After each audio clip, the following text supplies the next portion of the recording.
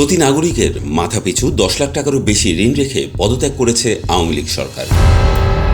তাদের পতনের পর বিভিন্ন খাতে পরিবর্তন দেখা গেলেও ঋণ বাড়াচ্ছে দুশ্চিন্তা। ছাত্র জনতা আন্দোলন, যা শুরুতে শুধুমাত্র সরকারি চাকুরিতে শিক্ষার্থীদের প্রতি বৈষম্যের বিরুদ্ধে ছিল, পরে তা এক দফা আন্দোলনে রূপান্তরিত হয়। পতন হয় স্বৈরাচারী সরকারের। শেখ হাসিনা সরকারের পতনের পর জনগণের মধ্যে ঐক্য দেখা যাচ্ছে।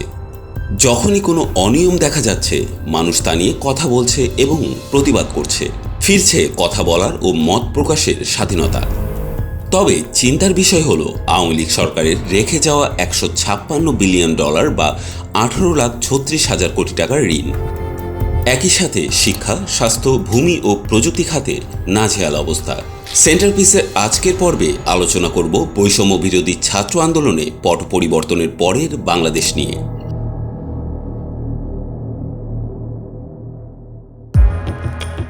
দেশের মোট ঋণের পরিমাণ 18,36,000 কোটি টাকা। পরিসংখ্যান ব্যুরোর হিসেবে বাংলাদেশের জনসংখ্যা 17,15,90,000 জন। এই হিসেবে প্রতি নাগরিকের মাথাপিছু ঋণ প্রায় 10,07,500। এরই মধ্যে বিদেশি ঋণ পরিশোধ ও রিজার্ভ বাড়াতে বিশ্বব্যাংক ও IMF সহ উন্নয়ন সহযোগীদের কাছে আসছে ডিসেম্বরের মধ্যে আরও $8 বিলিয়ন ঋণ খুঁজছে সরকার।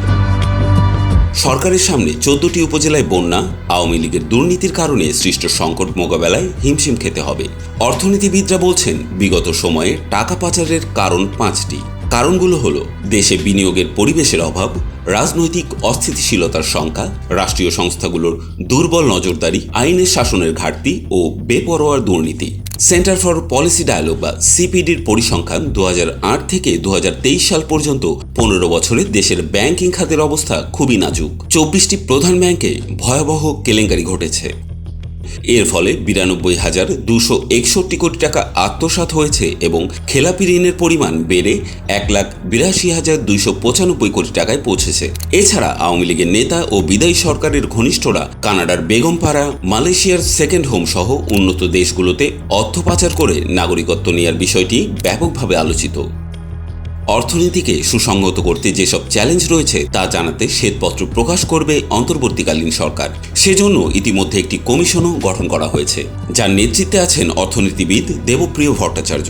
আমি মনে করি নতুন সরকার এসে প্রথমেই যেটা করা উচিত, একটা অর্থনীতির বর্তমান পরিস্থিতির উপর একটা শ্বেতপত্র রচনা করা উচিত। শ্বেতপত্র প্রকাশের উল্লেখযোগ্য কারণ হলো, অর্থনীতি পুনরায় সচল করার পাশাপাশি দীর্ঘদিন ধরে যেসব সমস্যা রয়েছে সেগুলো নিরসনে কাঠামোগত সংস্কার করা, নিয়ন্ত্রক প্রতিষ্ঠানগুলোর সক্ষমতা বৃদ্ধি, দুর্নীতি দূরীকরণ, ব্যাংকিং ও আর্থিক খাতে স্থিতিশীলতা ফিরিয়ে আনা, কর ও শুল্ক নীতির সংস্কার, বিদেশি বিনিয়োগ আকর্ষণ ইত্যাদি।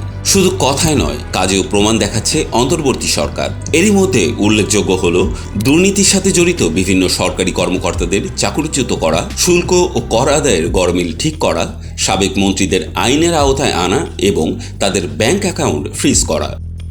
দুর্নীতি ও অনিয়মের বিরুদ্ধে এত দ্রুত পদক্ষেপ প্রশংসনীয়। একের পর এক বেরিয়ে আসছে প্রাক্তন মন্ত্রী এবং বড় ব্যবসায়ীদের কীর্তিকলাপ। তবে এর মধ্যে অপ্রীতিকর কিছু ঘটনাও ঘটেছে। প্রতিবেশী ভারত আবার বাংলাদেশের কিছু ঘটনাকে ডাইভার্ট করার চেষ্টা করেছে। সংখ্যালঘুদের বাড়িঘরে হামলা ও চলমান বন্যা পরিস্থিতি নিয়ে ভারতীয় কিছু মিডিয়াকে ভুল তথ্য প্রকাশ করতে দেখা যায়। বাংলাদেশকে হেয় করা নিয়ে নেটিজেনদের মাঝেও বেশ সমালোচিত ভারত। ছাত্র আন্দোলনের কারণে যে বিশৃঙ্খলার পরিস্থিতি সৃষ্টি হয়েছে, তার ফলে HSC পরীক্ষা কয়েকবার পেছানোর পর শেষে বাতিল করা হয়। এই সিদ্ধান্ত নিয়ে ছাত্র, শিক্ষক, অভিভাবক মহলে বেশ আলোচনা সমালোচনাও হয়। শিক্ষার্থীদের বিশ্ববিদ্যালয়ে ভর্তি নিয়েও চিন্তিত তারা।